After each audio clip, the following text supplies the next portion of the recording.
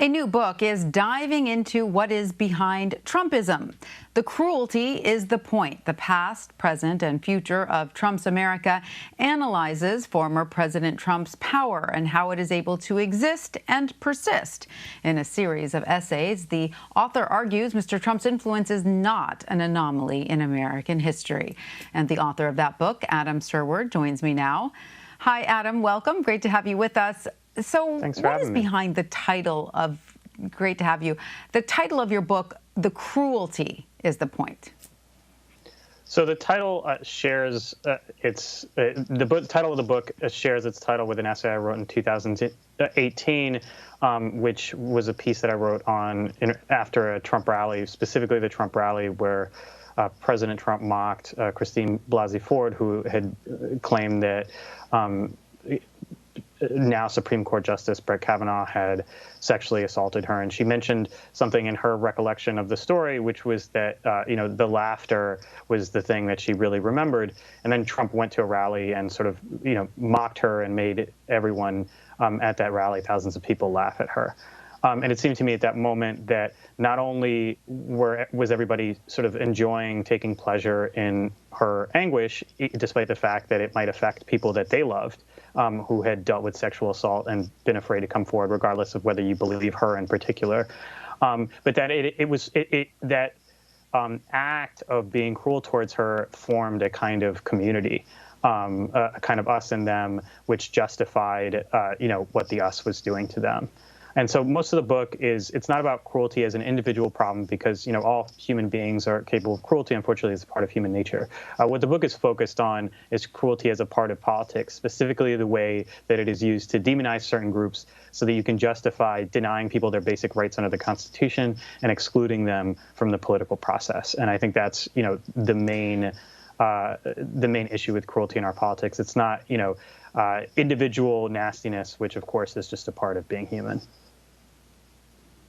So you didn't find that its blatant use then as a political strategy was, somewhat astonishing, because it's not something you would ever see written in a book on how to run for office or, advice on how to be a politician. Where did you see this impulse coming from? I mean, I think it's certainly astonishing. It's not surprising. And I would distinguish between those two things because ultimately, cruelty has like a long history in American politics. And one of the big engines of cruelty in American politics is a system that allows only one party to hold power without winning a majority of the votes, in which case it becomes even more urgent to persuade, one group that they're on the verge of destruction so that anything they do to prevent that destruction is justified, particularly to the people who are outside of what they consider their community. And if you go back to Reconstruction, you can see Democrats of the era saying things like, this is a white man's country and black men should not be allowed to participate. They are using their ballot to wreak vengeance on their former owners, and it would be better for democracy if they were excised from the polity. And they successfully did that. And once they did that, the Republican Party, which previously had been the advocate for black rights in the South, because they no longer had a constituency to sustain that effort to defend black rights, they eventually came around to the Democrats' point of view. If you look at, President Taft, he gives in his inauguration speech, he compliments the South on excising, the ignorant element from their polity. And one thing I want to emphasize is that, at the nadir of race relations in the United States, disenfranchising black men didn't lead to less cruelty towards black people. What followed was actually a wave of increased terrorist violence against black people in the wake of disenfranchisement, in part because of the political cruelty that was used to justify that disenfranchisement in the first place. That reviving, what the Democrats did was they revived this propaganda campaign arguing that, the white men in the South were in danger of Negro domination, which is the phrase that they used.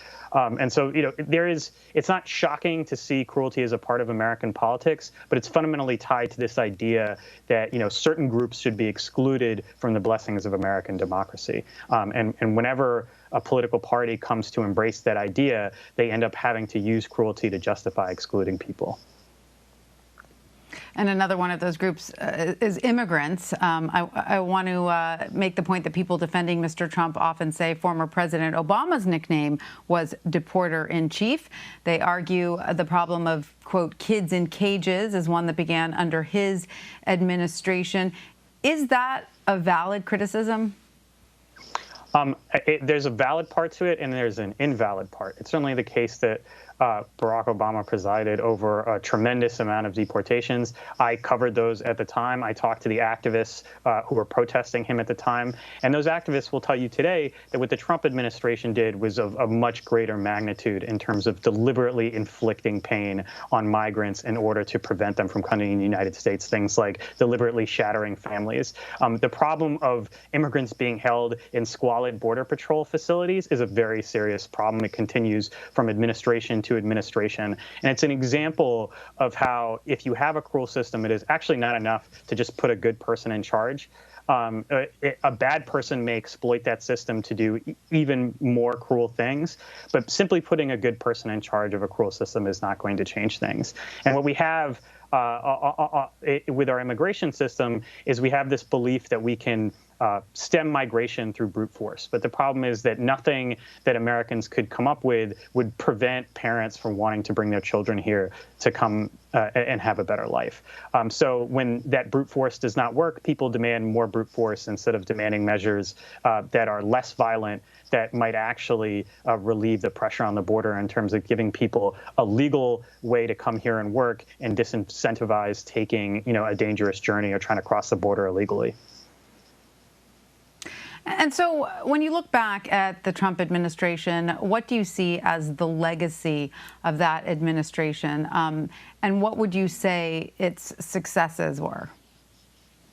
I would say that the main legacy of Trump, I think, is when you look back to 2012, after which, Mitt Romney ran a campaign where he talked about self-deportation. He sought Donald Trump's endorsement.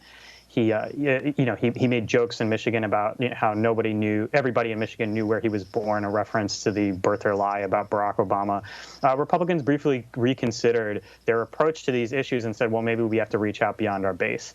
And instead what happened was that Trump showed them that they could win with this brand of white identity politics. And as long as the American political system is structured in such a way that it enhances the political power of the most conservative elements of the American electorate, and Republicans can win and hold on to power, without winning a majority of the votes, by appealing to this white identity politics, then it's going to continue, because politicians ultimately only change when their means of holding power change. That's how the Democratic Party changed. It's how the Republican Party changed. It's ultimately the only way to change how things are done.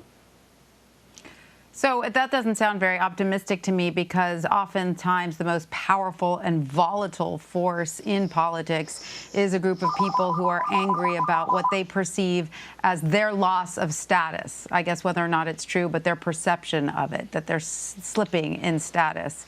And so do you see any way then that this politics of cruelty could end in the near future?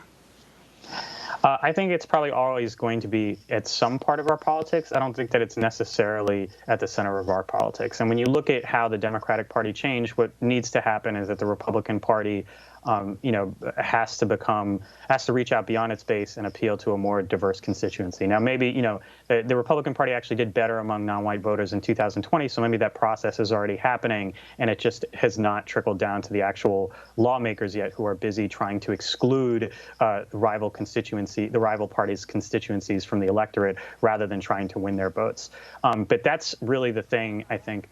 Once, the Democratic Party cannot talk about non-college educated white men the way that the Republican Party talks about immigrants or Muslims, because they rely substantially on the votes of non-college educated white men, even though that group trends Republican. So the real issue here is that the Republican Party have to appeal to a more diverse constituency, so that it's not focused on excluding those constituencies whose votes they believe they can't win.